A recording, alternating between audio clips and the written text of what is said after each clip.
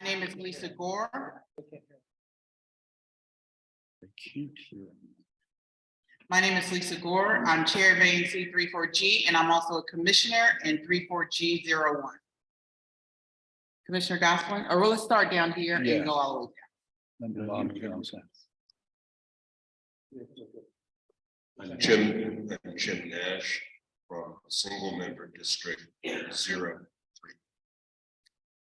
And commissioners and audience members, I'm just going to ask you, please put the mic very close to you, project, so that people in the audience and online can hear you.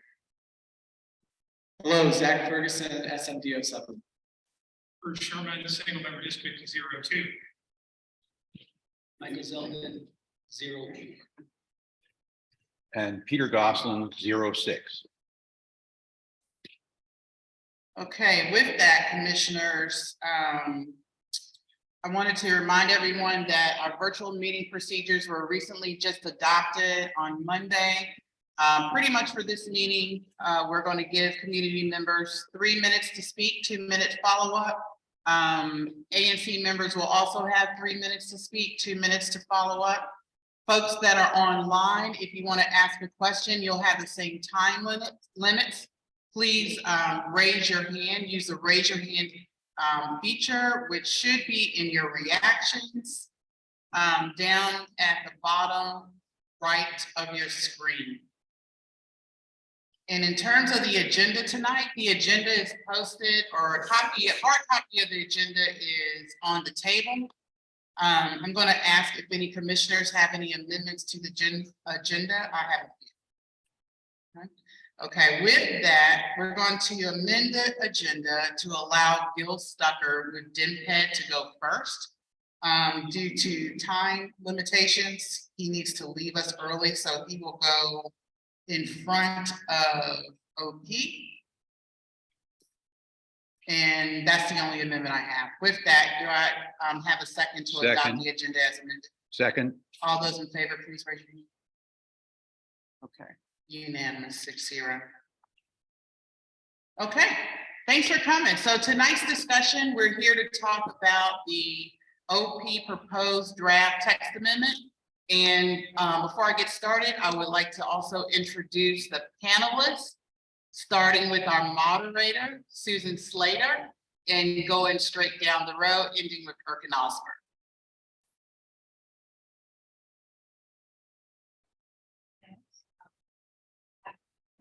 First of all, good evening, everyone, and thank you so much for. Susan, turn your mic. Turn your mic.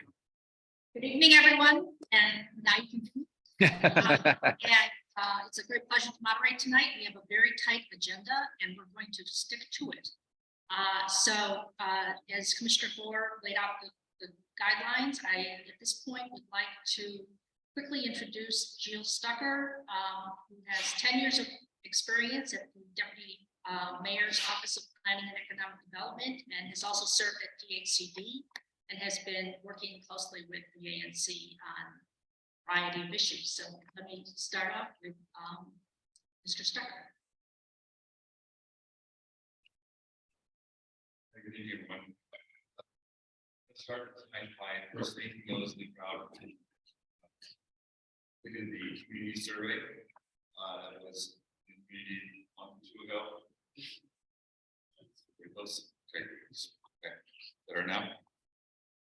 The survey received a little more than 1,600 responses, which is about 12% of the population, which is a wonderful percentage of folks who completed the survey. And we provided the survey results to the ANC. Hopefully, folks got a chance to review the results. It's really interesting to see how the community responded to the survey questions. This morning or this evening, the discussion was about the planning process, but I wanted to briefly also talk about the future of our process. Jill, you'll have to speak up. The people are really loud. It needs to be loud, too loud for these people to be loud enough for the. Okay, I'll just speak loudly. Let's do that. Good. So during the the March Madness event we added, we notified the public and we announced that we'll have an RRFP for this site. So the RRFP, what that means, that we'll be engaging with the community to include community preferences into the RFP that will be issued for this property. So we're working now on the contracts and getting the schedule set up for the RRFP process. That'll be coming out very, very soon. And we'll let the ANC know and work with the council and our partners on that scheduling. Look forward to having that start hopefully in the end of May. Will be the starting point for that RRP process. So for tonight's discussion, it's about zoning. The reason why zoning is important to the RFP is that any respondent to the RFP will want to know what zone they can assume use for their construction. So it's very important that this process continue in a way where it gives certainty for the future of the site. That's the extent of the comments. Thank you. Okay, thank you so much. It's my pleasure to introduce two of the senior people at the Office of Planning, the DC Office of Planning. Good. The first person is Jennifer Steingasser, who is the Deputy Director for Development Review and Historic Preservation at the Office of Planning. She has also served as a review specialist and is Associate Director for Development Review. She has a long background in municipal planning in both the DC as well as Texas and Virginia. And I also want to take this opportunity to also introduce Maxine Brown Roberts, also from the Office of Planning, who has worked in both the private and public sectors on long-range planning, comprehensive planning, and development review in the Washington metropolitan area. So we have two very, very senior and well-qualified people from the Office of Planning to talk about the relevant issues to the Chevy Chase area. So at that, I will turn it over to Maxine. Or Jennifer will speak first. Thank you.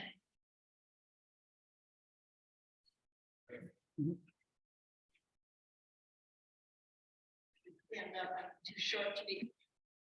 But Jennifer, yeah, that's it. So good evening, thank you for having us. We're happy to be here and we're happy to talk to the first draft of the proposed zoning for the site. What we're going to go through tonight is the introduction, just have go through a quick summary of the general process, the comprehensive plan and plan recommendations, prior discussions, but okay. Seems a little after the pandemic. Yeah, I know. That's it. Okay, so this is basically the itinerary of what the PowerPoint we're going to go through this evening. We're interested in getting feedback on the draft. I know a lot of you have seen it. There are a lot of concerns out there about high lot occupancy, about the uses on the site, and about the covenant. We don't have a lot to offer on the issue of the covenant. We know it's there. We'll be looking at that as part of the legal due diligence that's going on. But if we wanted to get started with this, so really quickly, the summary process, just to remind us how the whole process started with updates to the comprehensive plan, then followed with a small area plan, which the Chevy Chase small area plan was recently adopted. Now we're at the stage where we're writing new zoning text. That zoning text will implement the small area plan, and once written, we will then do a map amendment, apply that zoning to the zoning map. I'm going to turn it over to Maxine, who's going to walk us through the process. Hello. Okay. Thanks for having us again. On the second, but Jennifer said that we're here to really listen and further. Okay, to listen and take back some of your comments to work them into the plan. So the first stage of changes was when the comprehensive plan was adopted 2021, and the future land use map recommended a mix of uses, moderate density residential and low density commercial on most of the corridor, except for the civic site, where a striping on that side was to include local public facilities. On the another part of the comprehensive plan is the policy map, and that map you can see highlighted there recommends the area for Main Street mixed-use corridor and also the future planning analysis area. Future planning analysis has already taken place and resulted in this small area plan. So the development on the site also had a number, is influenced by a number of plans that we have. The first one, of course, is the comprehensive plan, which encourages co-location of housing and facilities on the civic site. Then the Cherry Chase small area plan that was done recently and approved last year in July, I'm sorry, included guidelines for buildings on the corridor and how to incorporate zoning. It includes recommendations to provide a significant amount of housing. That was a theme that runs through this small area plan. Then the Rock Creek West roadmap also talks about leveraging underutilized district parcels to produce affordable housing.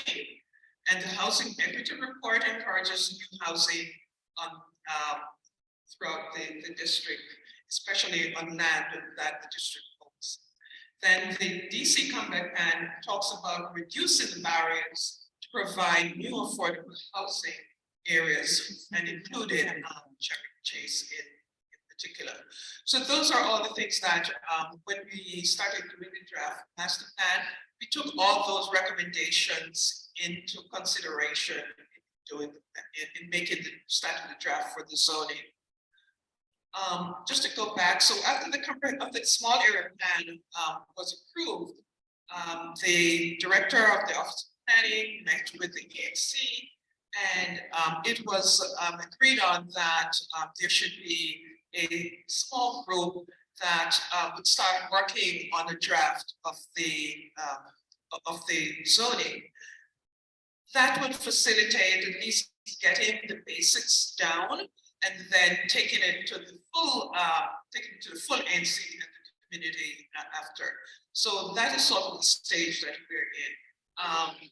You can see we met with the group a number of times, did the draft, they made comments and we revised the draft, and they're still in that process. So the last time that the last couple of the draft was in February of this year.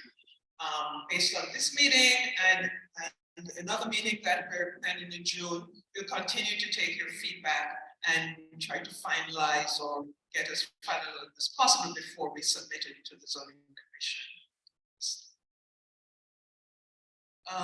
So after you have the process is that we're going to do the draft of the zoning based on the small area plan, and that's and we have to do what is called a text amendment. So that is the language that is that we're in the drafting process. That is going to be the text. Following that, we do a map amendment to map the recommendations on the zoning map. So you know, if we right now the area is mostly zoned for MP3. If we change it through change that through the text amendment, then the map has to be updated to reflect that. So that is the second stage of the process of the zoning. So we also have to take into consideration that the zoning and text amendment should not be inconsistent with the comprehensive plan. So the comprehensive plan has the maps, the FLUM and also the policy map, and then it has a number of policy guidelines. So we take all of that into consideration in doing the text amendment. Oh, I'm sorry, the FLUB, I mentioned the FLUB, that's the future land use map. That was, we saw the first map that gives us that's the first one there. Sorry about that. Okay, so the zoning text and map amendment has a outline process. And if you look at the slide, the areas that I have highlighted in red are areas where public engagement is done. So for the pre-application, we'll work with the ANC to get the draft of the text amendment, and we will submit that to the zoning commission. Then the zoning commission will notify ANC that they have gotten this proposal, and the ANC will be able to comment on that if they agree or not agree that this should set down. Following that, the zoning commission will set a meeting date, and the Office of Planning will make a presentation to the zoning commission outlining the recommendations of the text amendment. Then following that, if the application is set down, the Office of Zoning will schedule a public hearing. Between that time, the Office of Planning will continue to work with the community and the ANC in finalizing the plan, or having it with as much agreement as possible. Then the public hearing. At the public hearing, the Office of Planning will make a presentation. The ANC can make presentation, and any community member can also give their presentation and their comments. Following that, the zoning commission will take proposed action, and that is the preliminary action. During that time, the record will be left open for comments, so they will still take comments from the community during that time. It is also referred to the zoning commission, to the NCPC, for review for any federal interests that they think may influence or should be looked at. Following that, the zoning commission will have what is called at a meeting. They will take final action, and if they support what is recommended, then that will be recommending that whatever the zoning text is, that will be approved. We can back that for a second. Thank you. So this came up in the questions that were provided to me this afternoon. What was the process? And this is the general zoning amendment process for both text, which is regulation, and the zoning map, which applies those regulations to certain properties. And there's all kinds of some steps underneath these. The issue of great weight of the ANC debts will be considered by the zoning commission at the public hearing. Part of that begins with the ability of the ANC to weigh in on whether they think the case is ready for a public hearing. That's what Maxine was referring to when it says OZ notifies the ANC.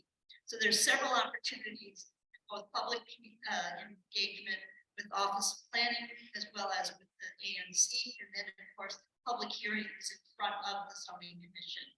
And both OP gets great weight on our recommendations. The ANC gets great weight on issues and concerns of the community. Then of course, all the community members, any kind of party in support or opposition can testify, and the zoning commission will consider all of that. The NCPC is the National Capital Planning Commission. They plan and regulate federal lands, and so they look at all zoning actions under federal law, federal impact. We don't expect any adverse findings.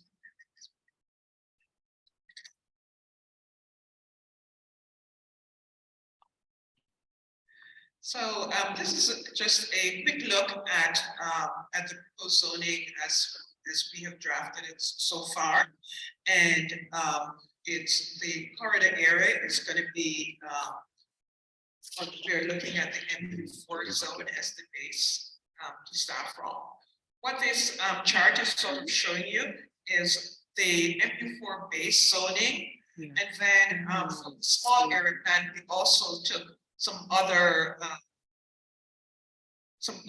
recommendations to, sort of, with the MU4, it's all over the city. But based on the small area plan, it could also include some of these additional things like, the setbacks and the additional heights and the lot occupancy. So that's what we have proposed right now. Of course, as we continue to work with you, we can make adjustments to some of these, but these are some of the general standards that we're looking at right now. And the same applies for the civic side. We were looking at the MU5A as the base zone. And then based on the small area plan, there were some bonuses for extra height on the ground floor and also regarding penthouses. So again, this is just a sample of some of the requirements that are in the zones and then how they're enhanced by the small area plan.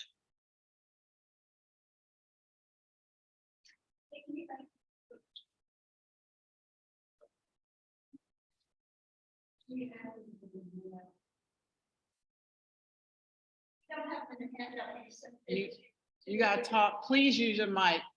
ANC, they'll be able to post it online.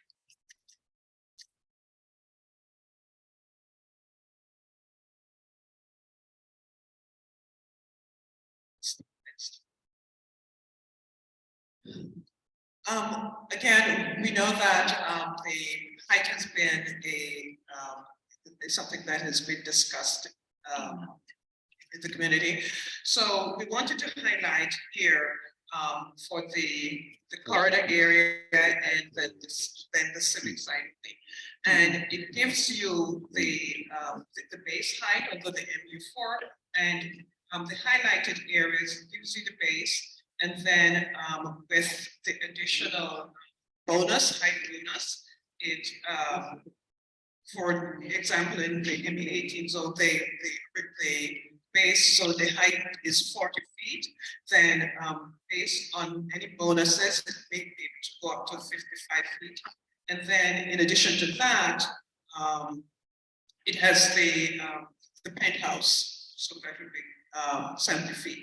I want to make note that how the zoning commission, how the zoning regulations measure height is that it does not include the penthouses. So when we talk about it, you'll see in the map that when we talk about the height of the building, say in 4, it will go up to with the bonuses, it will be able to go to 70 feet. Again, that's a maximum. Not all buildings are going to go to that height, but it's a maximum that if people do certain things that were outlined in the small area plan, here are some additional benefits that they can get. Again, this is just for the draft, and we'll continue to have some discussions as to, do we want to have all of these bonuses? Someone had asked about the penthouse, if we could have it at 15 feet again. That is something that we'll continue to talk about. So the next steps is for right now, we're doing the update of the zoning based on feedback, and again, we continue to ask for your feedback. Based on that, we're going to be having a meeting, another meeting with the ANC sometime in June, and at that time, we will talk some more about the text itself And we'll also have some sketches to sort of demonstrate how some of the heights and occupancy will work on some of the areas. So it sort of gives you a visual feel for what is being proposed. And I think, it helps you to sort of make up your mind as to whether you think, that height or the density on the site is too much or enough. And so we will, based on that, after that meeting, then we will we will be doing the final draft of the second report to go to the zoning commission. And we are hoping that that will go after our RFP process. And then following our RFP process, then we will do our submission to the zoning commission so that we can have it in time for the zoning done in time for the RFP, so that any developer would know exactly what is the zoning on the site and what they can do. Okay, so we're going to review some of the questions that were sent in. Chairperson had sent to us today. Some of them, I think that some of the questions we weren't able to answer, and some of them is we'll continue to work with you and in order to flush out, how to answer your questions and also to address some of your concerns.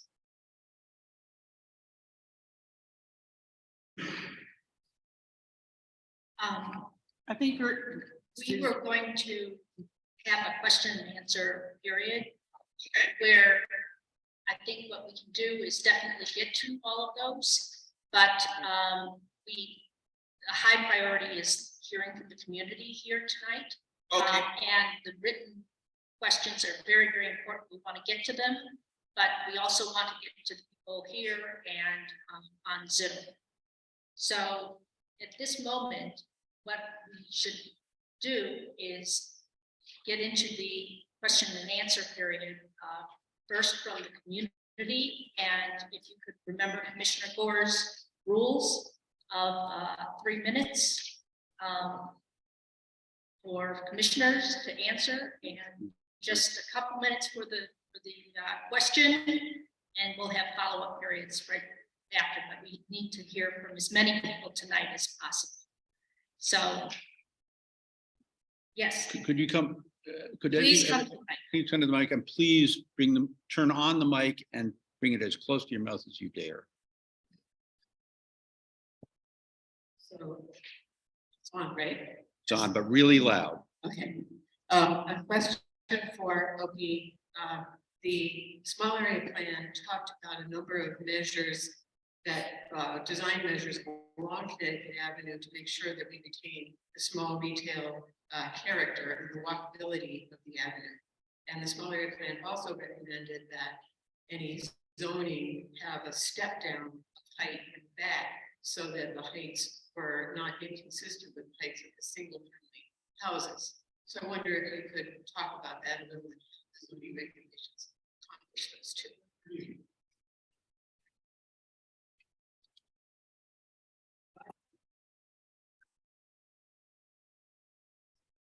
Let me make a comment, everyone. We're going to proceed, and you must be recognized by the chair or the moderator. We're not going to be able to have community members outbursting comments. We have a very short time to conduct this meeting, and I really want to do that civilly.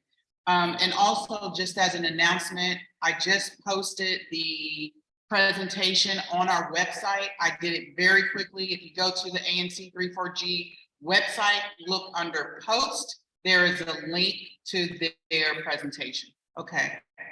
Who from OP is going to answer the question that was just raised? I think that regarding the preservation of the facades, I think that is something that is in the draft. We're giving some bonuses, some bonus height for developments that keep the existing facade. And so that is a way of encouraging encouraging retention of the existing buildings. Regarding the protection of buildings that abut the residential areas, I think the plan recommends a 25-foot setback. After 25 feet, there's a required setback. So we have seen in the questions where someone has asked about doing it at 40 feet. That is something that we'll have to take under consideration. But for right now, we're looking at 25. Commissioners, do you have a follow-up? No. Okay, Could I also just add that if you have a copy of the design, the draft regulations that we're looking at, it's section 1009, and it's called design requirements. And it goes through several of those that can't be regulated, several of the design guidelines that were in small area plan. That. okay, is there a further follow-up or question? Please speak up to the Would be microphone. great if it was here. I guess. So, I wanted to ask, like, what is involved? You mentioned like the OP, you said that you would look at. Steve, could I interrupt for 1 second and just identify yourself? Steve, how much would you, what is involved, my question is, what is involved with you reviewing community input and ANC? What weight does it hold? I'd like to know, like, how do you use it? When's that gonna be done? It's also something being due in June, and it's the middle of May right now. So we're not gonna have any community feedback on what we want to get done. My other question is, I think it's too much time, but my question is it follows the community stuff pretty thoroughly. I guess I missed, like, what happened to our nice community center and our library just being renovated and the park redone, and the sports courts and everything. All of a sudden, now we're looking at affordable housing. I didn't understand the slides about the penthouse. Like, why does affordable housing need a penthouse? I just get it. Sorry. Okay, thank you, Mr. Connors. Try to answer those time. What we're planning to bring back in June is revisions to the draft that we've been working on. And you'll have an opportunity to see it again, and obviously you'll get a copy of it before, but it'll be based on and informed by the discussions that we're having here tonight. This is how we're engaging. We're doing that right here. You could also ask. Close. Penthouse. All buildings have penthouses. Almost everything except a single family detached or a single family detached has some kind of penthouse that has mechanical equipment in it, that kind of thing. In DC, there's because the Federal Height Act, there's a 1-to-1 requirement that be set back so that it doesn't interfere with the appearance or extend the appearance of height. But that they're all that. Mr. Oh, okay, thank you, Mr. Connors. It could. Yeah, you can't use some of a penthouse for height. It has a lower level. And you'll see that also referred to often called habitable space. That space that's been conditioned, people can live in it. You see it commonly used as a common space in the multifamily, that kind of thing. And what else did you guys? I was trying to write down. Okay, that was it. So in June, we'll be bringing back revisions, drafts based on what the feedback here. We're also going to have illustrations that will help understand the topography of the site and the transitions between the different heights that we're talking about and the neighborhood environment. Are there any further questions from people in the room? Yes, Audience members, if you have questions, you can just go straight to the mic. and also please identify yourself. Real close to the mic. Just a very simple question. My name is Jerry Mallitz. And I just was wondering about the hour RFP process. The hour RFP process for the first stages is online public engagement. Is the survey that recently did going to be included as part of the responses that they're analyzing as part of that online engagement? Thank you. I don't know. I'd have to ask it. I'm not with the deputy mayor's office, but we can certainly ask Mr. Stucker to give us some response to that. Hello, please identify yourself. Turn the mic on, Andrea. He shut it off. My name is Andrea Rosen. I have a few questions. Okay, to what extent will the community preferences that come out of the hour RFP be adopted by DEMS / Office of Planning? That's one question. The ANC plans to do a community survey because they and the community, many people in the community believe that small area plan process did not adequately reach out to the community or reflect its priorities. So how is that ANC written community survey going to figure into sequence? We understand that the Chevy Chase Land Company would be pleased to reverse the 1910 covenant banning apartment building from the eastern part of the site. Will you pursue that? And with that additional flexibility, would that persuade DEMPED and OP to reconsider the NC 19 special zone?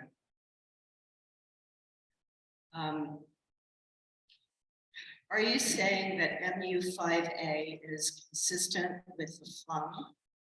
How do you reconcile the recommendation of NC 19 that allows buildings of 92.5 feet or more with the often repeated messaging that we received during the small area plan that buildings would be no more than 50 feet, or when pressed, they acknowledged that maybe 80 feet? And number 5, will you use ArcGIS simulation in your presentations to this community?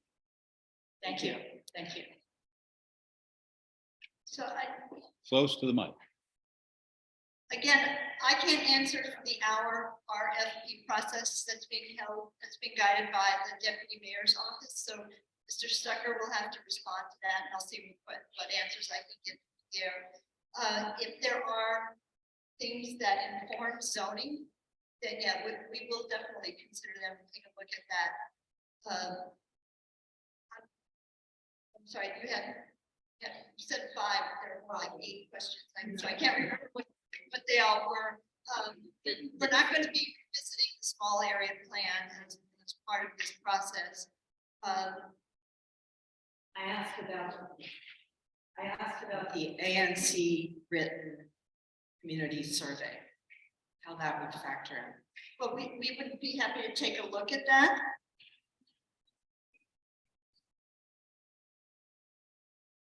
The deed covenant, we can't, we're not in a position to address that again. That's being considered by the mayor, part of the due diligence and part of their legal determination. And the MU5A, yes, the MU5A looked at for the civic site. And the real question I think everybody does is why did we look at the 5A for this civic site? And the reason we started there is there was a lot, this site, this lot, Civic Center is being asked to do a lot of things. It's being asked to have a new community center, it's being asked to have a new public library, it's being asked to be a catalyst for affordable housing and market rate housing. And that is a lot to ask for the site anywhere, let alone out here in a very low density neighborhood. So we were looking at ways to be able to contain the density on this particular site. We don't have designs, we don't know the physical constraints of rec centers and libraries, those floor to ceiling heights that are necessary are a lot, obviously much higher than what you would see in a residential building in lobby. So we were looking at ways to create a flexible envelope, development envelope, not mandatory. And so we started with that zone thing. Okay, this is a zone, it can't be considered consistent with the future land use map. And as we read through the comprehensive plan and looks at zoning, you start with a combination of the future land use map and the comprehensive plan text. So you look at the priorities and policies and issues that are raised within the written words of the comp plan. And obviously housing and affordable housing are a huge priority of the district from the council and the administration. And so we looked at how we could achieve both of those and how could we also achieve the civic goals of having all the rec center and libraries. That's why we started with that. And now the role of the covenant, we're not sure how that's going to impact that. We are looking at it, and we are looking at how the design guidelines, how all of that plays in, and how the one-to-one setback at a certain height, how those transitions happen between buildings, and then of course how density can be absorbed on Connecticut Avenue versus against the neighborhood. So there's a lot of opportunities to work with those design guidelines, and we're hoping to take what we hear tonight and start looking at different options. Okay, I understand we have 2 questions from chat, Commissioner. 2 community members online. Let's go to Snikta. Do you want to take yourself off mute and ask your question?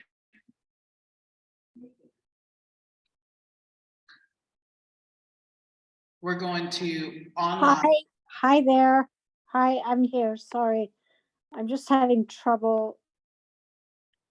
Here we go. Okay, hello everyone. So, I'm kind of stuck at some point, which is probably quite far back in this debate, but I don't understand what's the impetus to give up our library and our Chevy Chase Center, and why are we, as the speaker just said, putting so much into this small site? Why are we saying housing and retail and library and community? So why do we ask so much of a small site? Please, anyone, I would really like to know, because I am very frustrated that I don't know the answer to this. And my name, by the way, is Snigdha Prakash, just for the record. Thank you.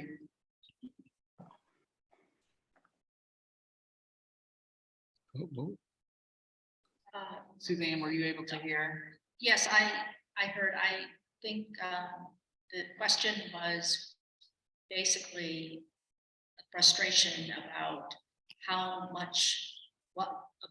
why do we have so many demands on such a small site?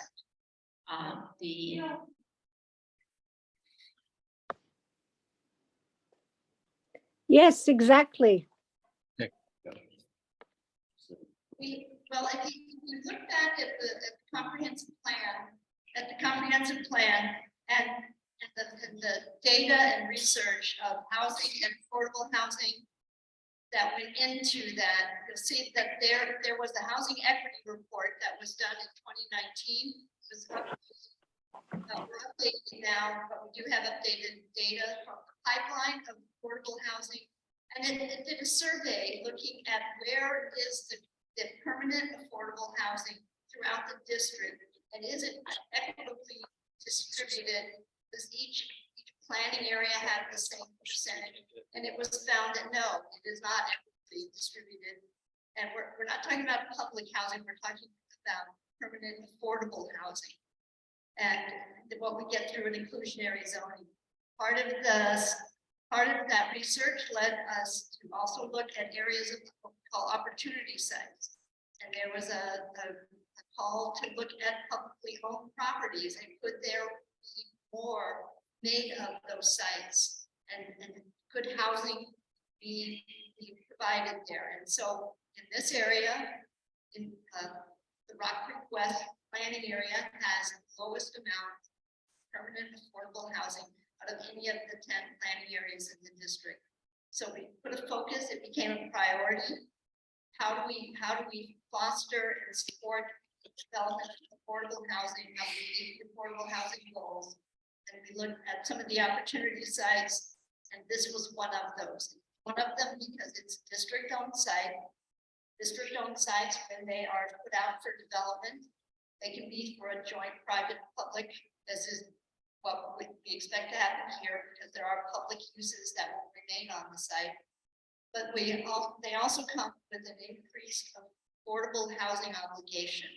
They come with a 30% housing obligation for low to medium income housing.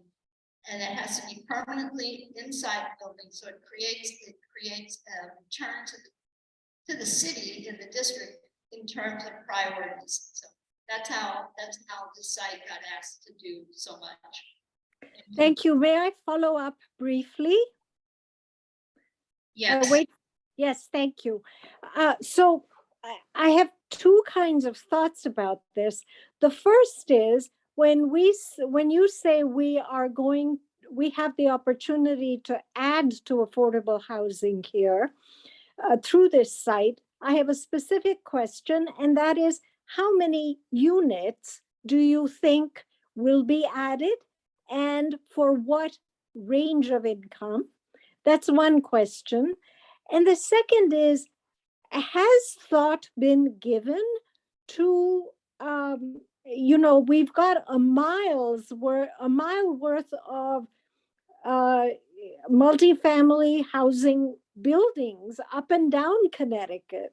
And some of them are quite affordably priced. It's very hard for me to believe that that the new housing will be built with new money, more expensive money, will be less affordable than some of what is already available. So 1 and 2, how many units, what percentage of median income, and I guess 3, what steps has the city taken to look at existing buildings and housing that could be used to further its affordable housing goals? And thank you. You want to summarize it? Well, the question for anyone who was unable to hear it was a question about the number of units that the Office of Planning is anticipating for the height and FAR that's anticipated there. Also, a question about the area median income range for those units, and another echo of frustration about not knowing. Oh, excuse me. One third thing, existing affordable housing that is along the mile length of the Connecticut Avenue corridor. Thank you. Thank you. The district has done enormous amounts of research along all the multifamily areas and did a huge survey of. Please talk to the mic. You talk right into the mic. Trying not to talk with my hands is really hard. Yes, so the district has done a survey of all of the permanently affordable housing and those projects that are subject to rent control. Rent control is not considered permanent affordable housing, though the district has done a program that is trying to underwrite the costs for property owners to convert those. But yes, the district has looked at that, and you would be shocked at the cost of what you're looking at is older buildings. They are not naturally affordable, not by a long shot. So by putting affordable housing on district-owned land, the district basically can underwrite some of that cost because there is no cost of purchasing the land, which is, as we know, is extremely expensive. As far as how much residential we expect can be generated by the site, don't really know. It could be anywhere from 1 to 200 units. We don't know. We're trying to look at, I said, we don't know, because we That's gonna have help us. to take into consideration all of the other, responsibilities of the site in terms of defining, you know, the specific uses and the size of them. So, you know, obviously, senior, if it's a senior building, they can have much smaller units. They're family sized units, they're obviously much larger. So we don't really know what that's going to generate in terms of number of units. So I'm sorry to follow up here, but I asked how much affordable housing, how much, If we could. Okay. Go. how much affordable housing will be part of this new development? That's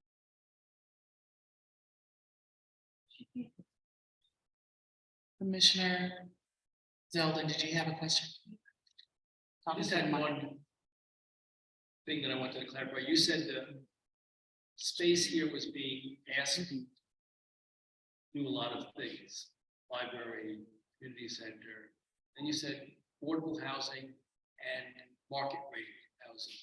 I've not heard this as a market rate housing development site. I heard it only as affordable, and the mayor defined affordable as workforce housing, when she was here at her budget summit.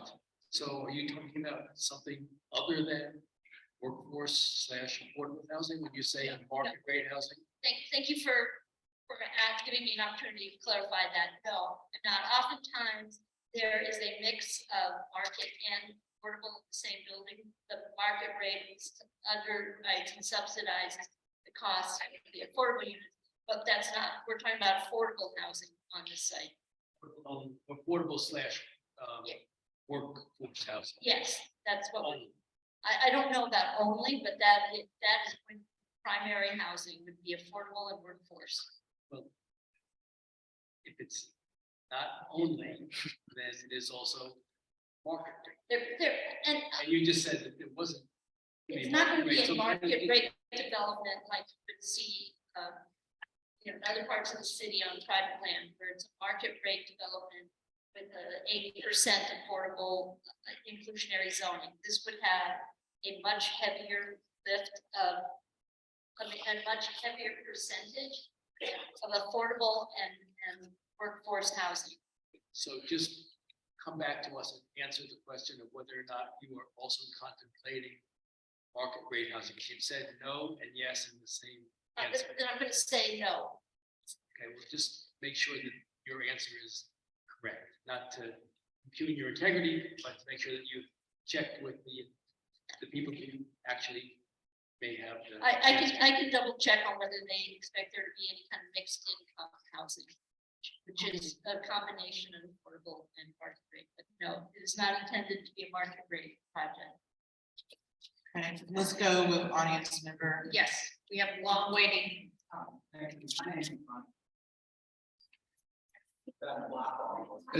Turn on the speaker, turn on the mic and then real close. My name is Rob Todd. I live in Connecticut. I'm living therapy, and I've got some short questions. To cut to the chase, blunt questions. But also thank commissioners. Special meeting and creating a lot of time for questions. I think that's excellent. And that's not a question. My first question is, what if MU-19 is not approved? NC19. NC, MC. okay, spell it right. What if NC-19 is not approved by the zoning commission? Do you have a plan B? That answer. We don't have a plan B and Really close. really close. We don't have a plan B in our pocket right now. Don't anticipate getting in front of the zoning commission with something that the zoning commission wouldn't support. They typically will signal feedback at the time of set down, but should, you know, it's not. They have their own minds, they vote their own conscience. We would come back for the alternate proposal, that would go through a similar process, run through the community, through the ANC, and then we would take it back to the zoning commission. Second quick question. Okay? We'll just go with OP since Shields or Giles isn't here today. Has the zoning commission participated in any aspects of development of the draft? Commissioner? Yes. No, There's they- absolutely no conversations. and None. communications. You're saying, the answer to my first one, that they'll probably consider that quite a bit. They're 19. I'm NC saying 19. they give great weight to the ANC recommendation and great weight to the office plan. We do try to be step with the comp plan or not inconsistent.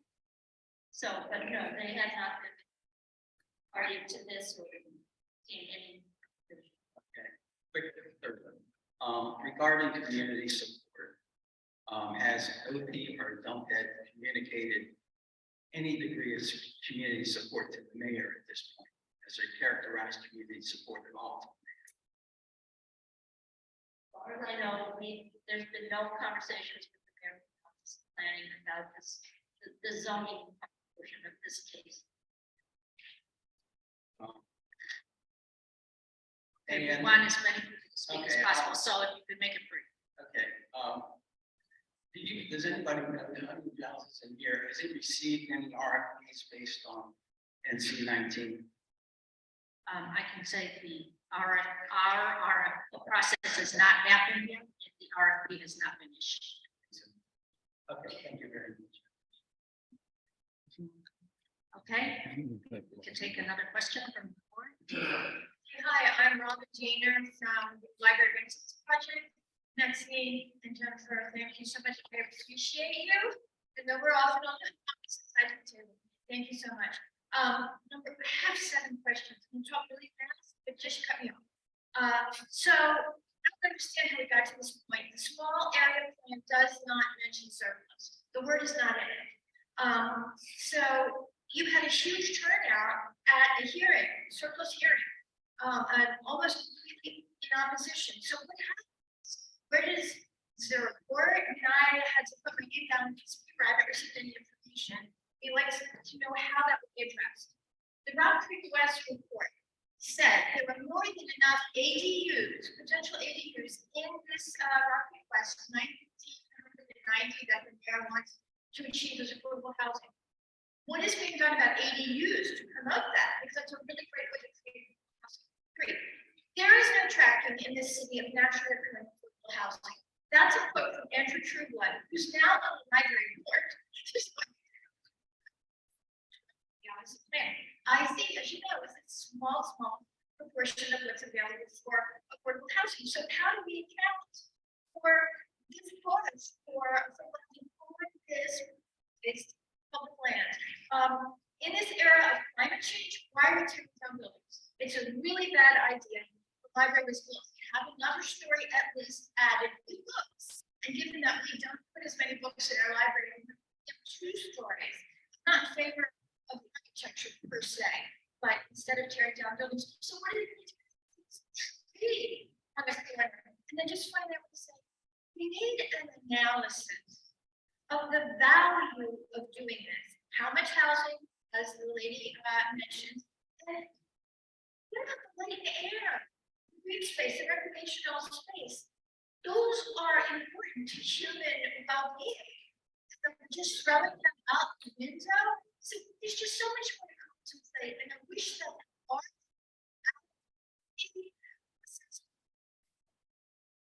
the zoning and that we would arrive at some kind of this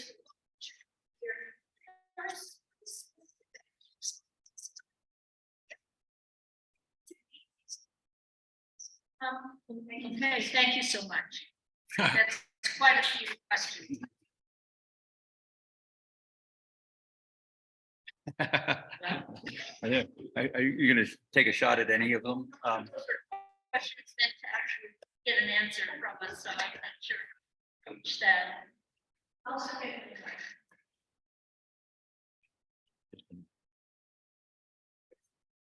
I'm not sure what I would be answering. Well, The let- surplus hearing is formed by the deputy mayor for redevelopment of city-owned land. They call them surplus hearings. They're hosted by the deputy mayor, gives more information from them about that. If we could ask questions of this, we were invited to talk about the zoning part of this, implementing the zoning to implement the small area. So that's why we're here. Yeah, we will also be working on getting more engagement opportunities with the deputy mayor's office of economic development. I know people have a lot of questions on surplusing, but this is not the forum for that. OP is not the agency that deals with surplusing. If you ask it, you're just, eating up your time.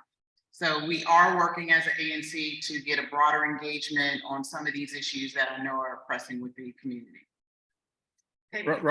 Robert, just before you go, could I ask for just a question piggybacking on Robin? And there's a question that both that people essentially across the spectrum of views of what should happen on this site are interested in. The comprehensive plan FLUM calls for the civic core site to be moderate density residential. The NC 19 development standards are based on MU5A, which the DC zoning handbook defines as medium density. I think the real question is, how is the proposed zone for the civic core consistent with the comprehensive plan? And the law says that the new zoning cannot be inconsistent with the comp plan. How do you square that circle? Take a quick stab at it. The correct use of the phrase is not inconsistent. It's a double negative, and it's meant to have some flexibility how it's applied. And the MU5A, as I said earlier, is where we started, and we looked at that, starting at the plum. Yes, the site is a low density commercial with moderate density residential and local facilities striped. So it's meant to be mixed use. So we looked to the mixed use zone, and we looked at the amount of responsibility that the site was being asked to carry in terms of civic uses, affordable housing, as well as the community center and the library. So we started with a zone that created a fairly flexible box. And that came also from looking at what is identified in the comprehensive plan text, not just the plum, not just the map, but the zoning text, the comp plan text itself, which lists as a high priority affordable housing.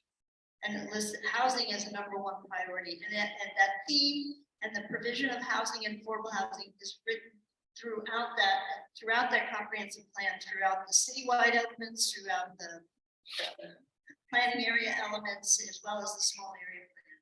And so on balance, we think we probably could make that case. Whether that is the way we want to, where we want, we'll end up, I don't know. We want to hear input from the community about what they think of that, and how can we also look at that height, and when we add all the bonuses that come from the small area plan, is that appropriate? So if we put it out there because it was something we thought could be defensible when we put all that together, but it's a draft and we're here to get feedback. Thank you. Are there any commissioner follow-ups? I have one, but I'll go after Mr. Gordon. I would just make one observation, which is not inconsistent means consistent. Thank you, Commissioner. Commissioner, Yeah. Consistent, that zoning should be consistent with the comp plan, but when the home rule charter was written by Congress, it was changed, purposely changed to not inconsistent. That's why that's. We can see each other in court about when Yes, good evening. My name, okay, sir. Okay. Please My name- identify. My name is Robert Gordon. I'd like to thank the ANC for organizing this special meeting. I think it's a great idea. I just have some process questions. I saw up on the screen a long list of tasks. I couldn't absorb them, but I would like, thank you, Irving. I would like to know some kind of time frame for each one of those tasks. Not necessarily the date, but how many months it takes from the time that you start that to the time that you expect that it would be concluded. That way we as a community can start preparing ourselves to either help or refute whatever is going on. For example, the attend an ANC meeting with proposal zoning sketches is planned for June 2023. Is that correct? I believe we were invited to a June ANC meeting. Okay, so from that day forward, it would be great to know what all the timing would be for the other steps, so we can be prepared for that. Is it several months, several years, 20, 30? Yes, I'd like to yes, know. no. The amount of time that it takes to work, the amount of time it takes to work with the community is, I know, is what it takes. The director made a commitment early on that we would work with the community on this zoning, and we intend to do that. We've been working already for several months with this draft. We've heard a lot of concerns about certain aspects of the draft, most notably the height on this site. So we're going to reconsider that and bring back some drawings and a final, another draft for you guys to consider. I can tell you from set down, once it's filed with the zoning commission, there's some legal dates required between how much time from filing a case. The ANC gets a minimum of 40 days to look at and determine whether they want to recommend it be set down or oppose the set down.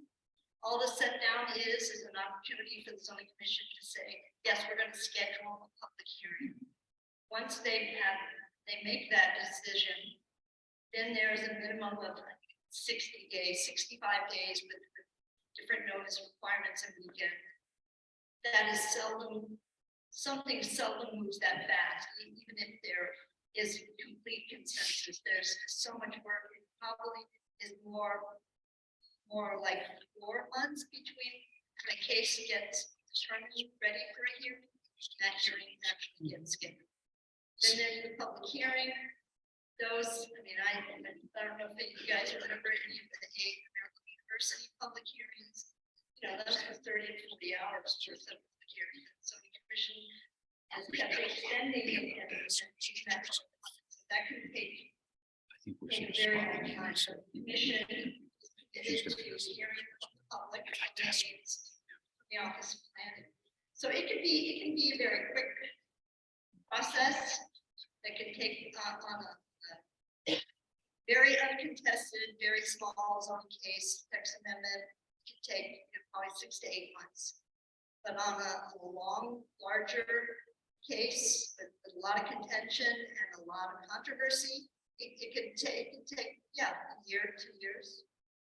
That's not common, but that's why it's important that we work together, because the idea is that you have an opportunity to be part of the process, not reacting to the process. So I think final comment.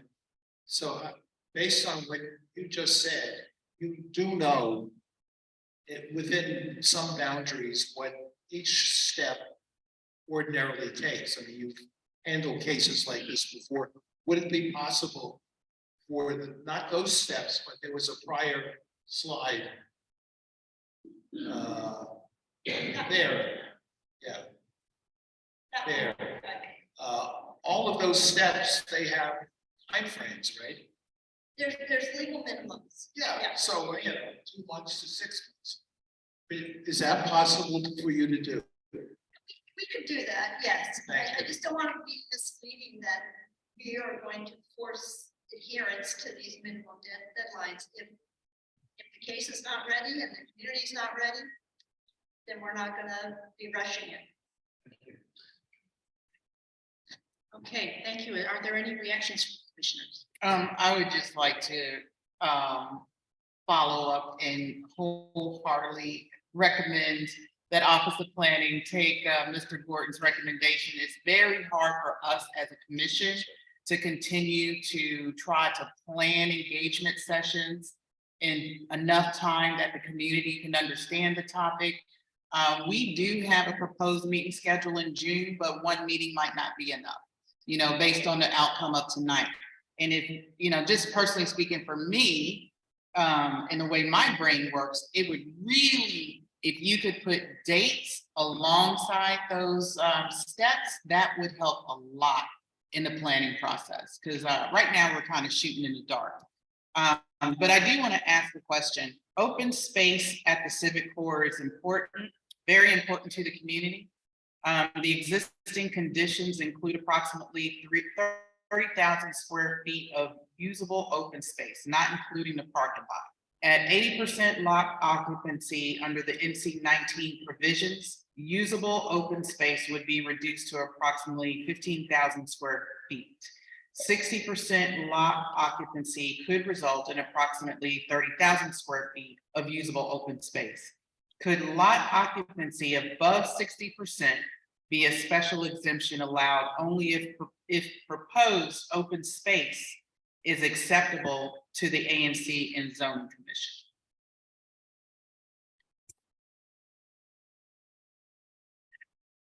We received that question. The technical answer is yes. Anything can be standardized. We are looking at that issue, and we're also looking at the topography of the site, which, as you know, goes down. There's a lot of opportunity in how to design open space, and we are beginning to talk with the. We don't have a designer, but we are looking at how can we use that topography and make the most out of the site. We are aware of the issue of the lot occupancy. Are there further commissioner comments? Yeah, I have a question that concerns the space for latitude for community input. We've all read the small area plan, we're very familiar with the plan, familiar with the mandate for affordable housing as part of the small area plan. You have heard tonight, and you will hear from other members of the community that the questions they have concern where that affordable housing is best located, and you're hearing some folks speak to the possibility that it could be located elsewhere on the avenue as the small area plan is built out. Is OP open to hearing that kind of input, considering that the affordable housing might go someplace other than a civic site? We are open to hearing anywhere we can put affordable housing in request. I don't know that we're in a position to ignore the small area plan or the comp plan and the use of the district government sites for affordable housing. That is priority that's been identified to use city lands. But we welcome working with any of the other property owners for additional housing. Is there further commissioner input? Yes. Yes. Hi, thank you. So DC has very ambitious climate change and housing affordability goals. How does the draft text amendment relate to those goals? Well, obviously, it relates directly to the affordable housing goals and achieving that. And the city has also policies, like as I've stated earlier, throughout the comp plan that talk about utilizing district land in terms of how it's redeveloped to accommodate affordable housing. In this location, housing along the transit rich and amenity rich neighborhood furthers those affordable housing goals of both the administration and council. And any new development would be subject to the new standards, construction standards, the Department of Energy and Environment, and then leadership. So you see the acronym, I don't know what the actual spell out is, but LEED, gold, and LEED, silver, and platinum standards would push for those as well. Yes, more Commissioner? Yes, from what I know, many times when affordable housing is built, the end result of how much affordable housing and in which of the three tiers in relation to percentage of area median income, it starts out at one place and then it ends up someplace else, often because of private developers pleading poverty. And my question is, will there be a time or a place in this process when we will know exactly how much of this housing will be allocated to the three different tiers of affordable housing, the percentages of each? Yes, there will be, and it will most likely be after the issuance of the RFP or in the selection process of the RFP. As proposals come in, the competing developers will have to identify the type of housing, the medium family income that they're targeting. They'll have to meet the city standard, they call the 10801 standard, which is 30% of being at least low to moderate. And half of that has to be at below 30% MFI. So there will be an established minimum, and I can send you that minimum. And then anything beyond that, obviously, would make the development team more competitive in their bid for development. That would be as part of that selection. One follow-up. Why will this development be different from others, where it ends up in a different place from what the initial promise was?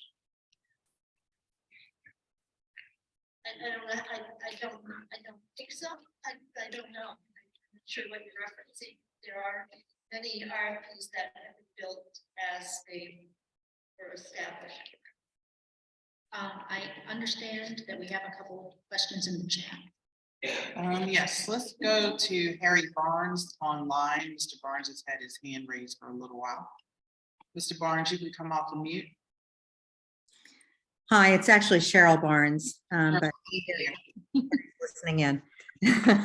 Thanks for taking the question. So I just heard that competing developers will determine how many affordable units based on what they can afford to build. And that's certainly been what I've observed over the years in DC, that, you know, the proposition is one thing, but then as it turns out, the developers can't really manage to get those affordable units in without building a lot of retail and a lot of luxury units to offset the affordable units. That has been the standard all over DC, from what I can tell. I'm curious about two things.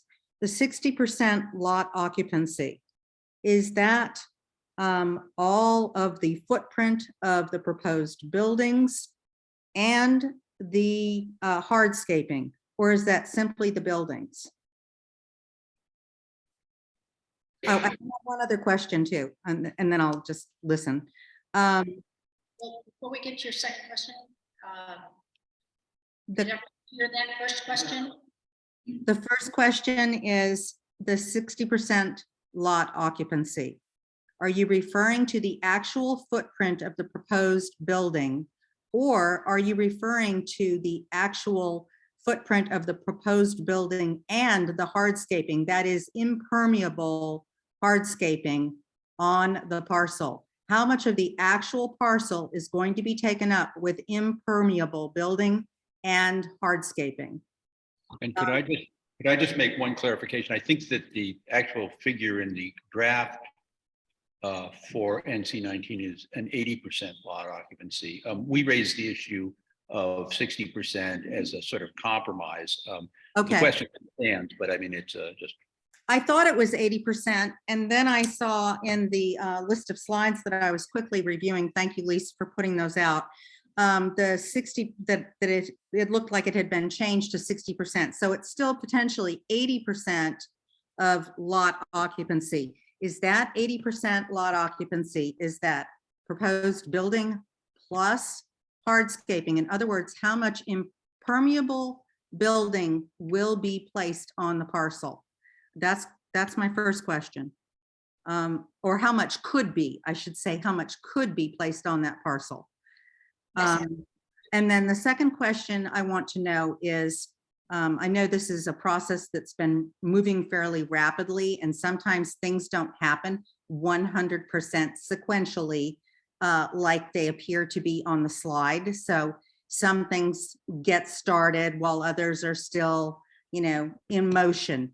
What I would like to know, very frankly, and I'd like a real honest question to this, is any city office or department in possession of any developer plans or proposals at this time in any kind of draft format to perhaps give suggestions to people in the city administration?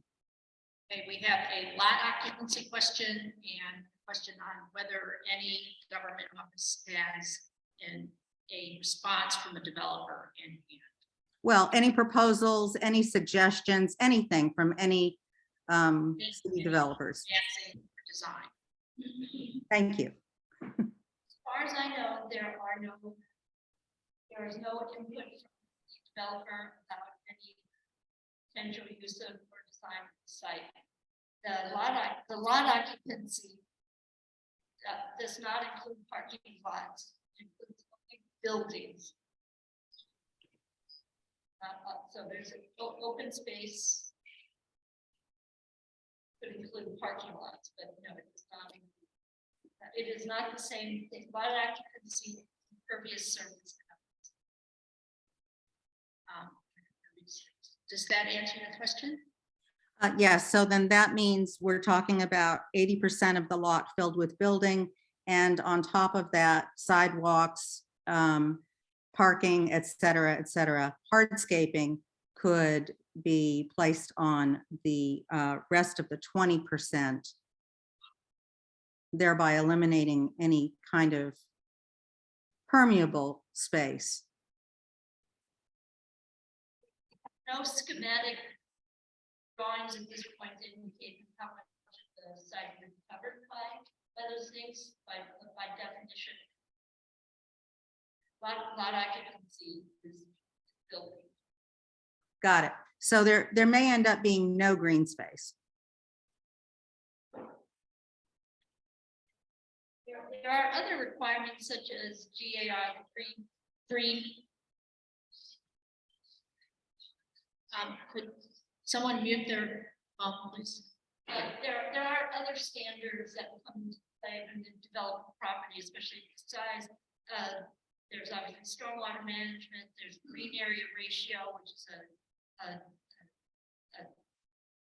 type of environmental treatment of lands that will all come into play. And then again, with the topography of the site, there's ways to extend green roofs and create open space that you might not be thinking of just terra firma. Do we have any commissioner responses, questions? Okay, do we have any more for the chat? No. Okay, then, sir, if you could identify yourself. Jordan, you Jordan, you really gotta talk up and come right. Yeah. Talk loud. Loud. We have to get the people Okay. online to. Jordan.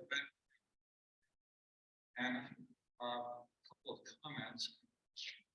I think that it's important for you all to know how significant the open space is to the residents of this area.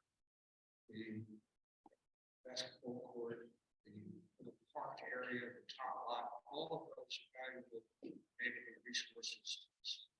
And anything that would diminish that public use would be anathema to this community. I think it's very. Jordan, can you speak up a little bit? Closer still. And Yes. Wow. I hear the echo. It's very strange. But I know that we're not really talking about surplusing here. However, the surplus meeting that was held had overwhelming negative comments from this community. And we have gotten no response whatsoever from the city about that negative response and what can be done about it.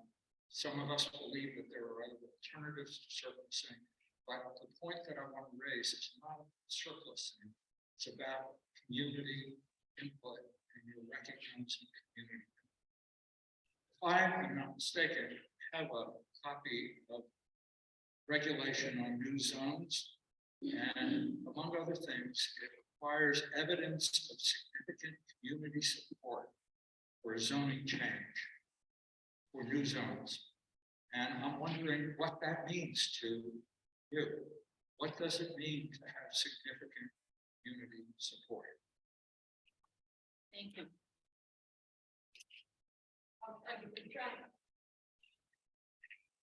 Obviously, there's the legal standard great weight that's given the ANC, the official community representation that they bring to the process. But we also look at meetings like this and getting feedback and how we move forward.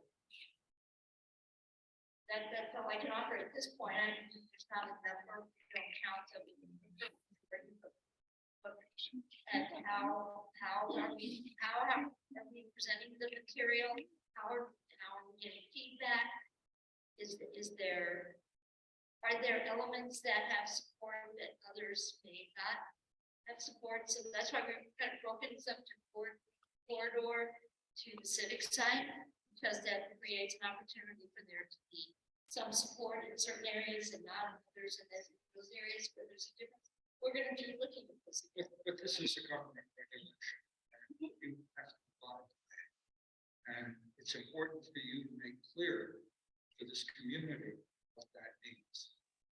And it's more than the ANC. The ANC is critical, obviously, but the entire community is very concerned about what's happening here.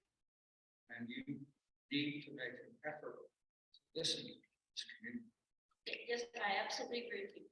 And that's why this is just one of the meetings we're going to be in. and could, One more point. The SAP has illustrations for this civic core and for the whole part.